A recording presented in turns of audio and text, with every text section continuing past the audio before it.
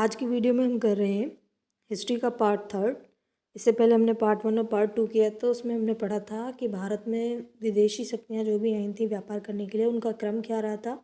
उसके बाद हमने पुर्तगालियों के बारे में पढ़ा था। फिर हमने देखा डेनिस कब आए थे, फ्रांसीसी कब आए थे। आज हम उससे आगे पढ़ेंगे। तो इस वक्त जो था भारत में अंग्रेज भी थे, डेनिस भी थे और साथ में फ्रांसीसी भी थे। इनके बीच में आपस में बाहरी देशों में भी युद्ध चल रहा था। इसी के साथ साथ ये जब एक ही जगह व्यापार कर रहे थे तो यहाँ पर भी युद्ध हुआ था। तो सबसे पहले कर्नाटक युद्ध हुए थे। कर्नाटक की राजधानी अर्काट थी। उस वक्त कर्नाटक का नवाब था अनवरुद्दीन।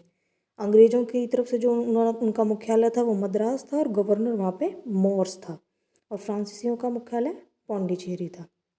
मद्रास और पौंडीचेरी के जो भी बंदरगाह थे वो कर्नाटक के नवाब के अधीन थे। सबसे पहले कर्नाटक का जो युद्ध हुआ वो 1740 से लेकर 1748 तक चला।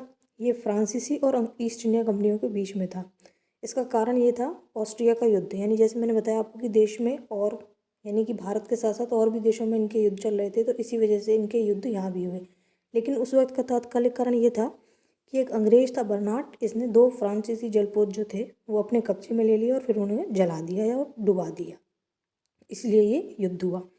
उसके बाद 1741 में फ्रांसीसी गवर्नर डुप्ले जो है वो पौंडीचेरी का गवर्नर बन के भारत आता है।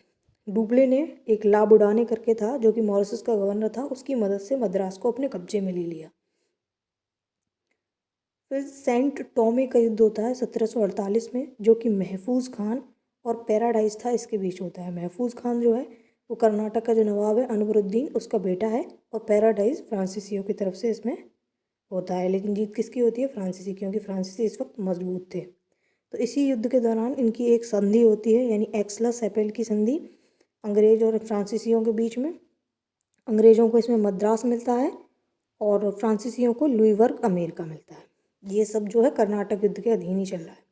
फिर दूसरा कर्नाटक का युद्ध जो है वो 1749 से 1754 के बीच में होता है। इसमें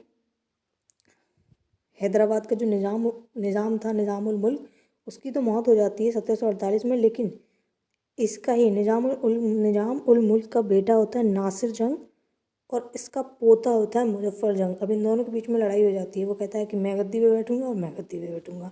तो नासिर जंग के साथ तो ईस्ट इंडिया कंपनी अंग्रेज मिल जाते हैं उस लड़ने के लिए, ताकि कि हम इसको जिताएंगे तो इसके साथ हमें भी कुछ फ़ायदा होगा।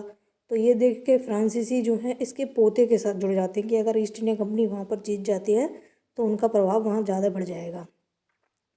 और फिर साथ में फिर इनके साथ साथ कर्नाटक का नवाब भी चल रहा था और ईस्ट इंडिया कंपनी उसके साथ भी जुड़ गई और फ्रांसीसियों की तरफ से चंदा साहिब जुड़ गए। लेकिन इन सब युद्धों में भी फ्रांसीसी विजय रहे। फिर 1749 में अंबर के युद्ध में अनवरुद्दीन मारा जाता है। तो 1754 में इनकी पौंडीचेरी की संधि होती है और 1753 में ये डुप्ले को वापस बुला लेते हैं। यही घटना है, डुप्ले को वापस बुलाने की वजह से ही ये फ्रांसीसी जो है आगे चल नहीं पाए और अंग्रेज़ों का प्रभाव ज़्यादा हो गया।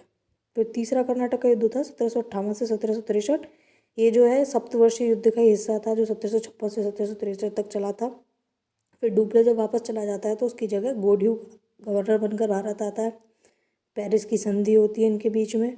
इसी बीच में एक वांडीबास का युद्ध होता है जो कि 12 जनवरी 1760 को होता है, जो फ्रांसीसी और अंग्रेज़ों के बीच में ही है।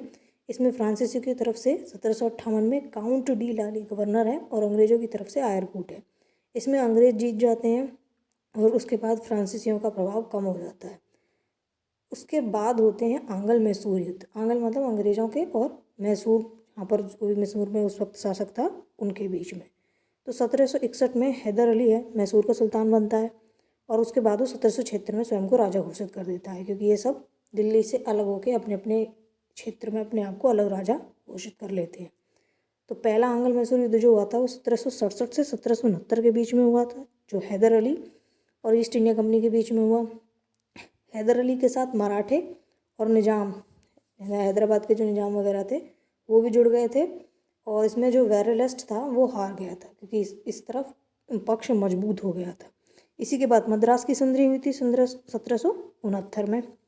1761 जब ये सब युद्ध खत्म हो गया, संधि वगैरह हो गई, तो मराठों ने सोचा क्यों ना हम ही मैसूर को अपने कब्जे में कर लें। तो उन्होंने 1771 में मराठों ने मैसूर पर आक्रमण कर दिया। जब ये संधि हुई थी मद्रास की, तो इसमें अंग्रेज़ों ने वादा किया था कि जब भी आपको कोई ज़रूरत मदद पड़ेगी तो हम मदद करेंगे, लेकिन अंग्रेज़ों ने मदद नहीं की, क्योंकि वो खुद चाहते थे कि इनका पक्ष कमज़ोर हो और हमें यहाँ पर मौका मिले। उसके बाद 1773 में अंग्रेज़ों ने फ्रांसीसी के अधीन जो था माही जगह उसको भी कब्जे में ले लिया। उसके बाद त्रिगुट की संधि हुई और 1780 में हैदर अली जो था उसने अर्काट जो थी कर्नाटक की राजधानी थी, उस पर वो अधिकार कर लेता है और वहाँ पर कोई बेली होगा उसको हरा देता है। अब इसके बाद में हम पढ़ेंगे अगली वीडियो में। तब तक आप इसे और पिछली बाकी की दोनों वीडियो को रिवाइज करें। Thank you.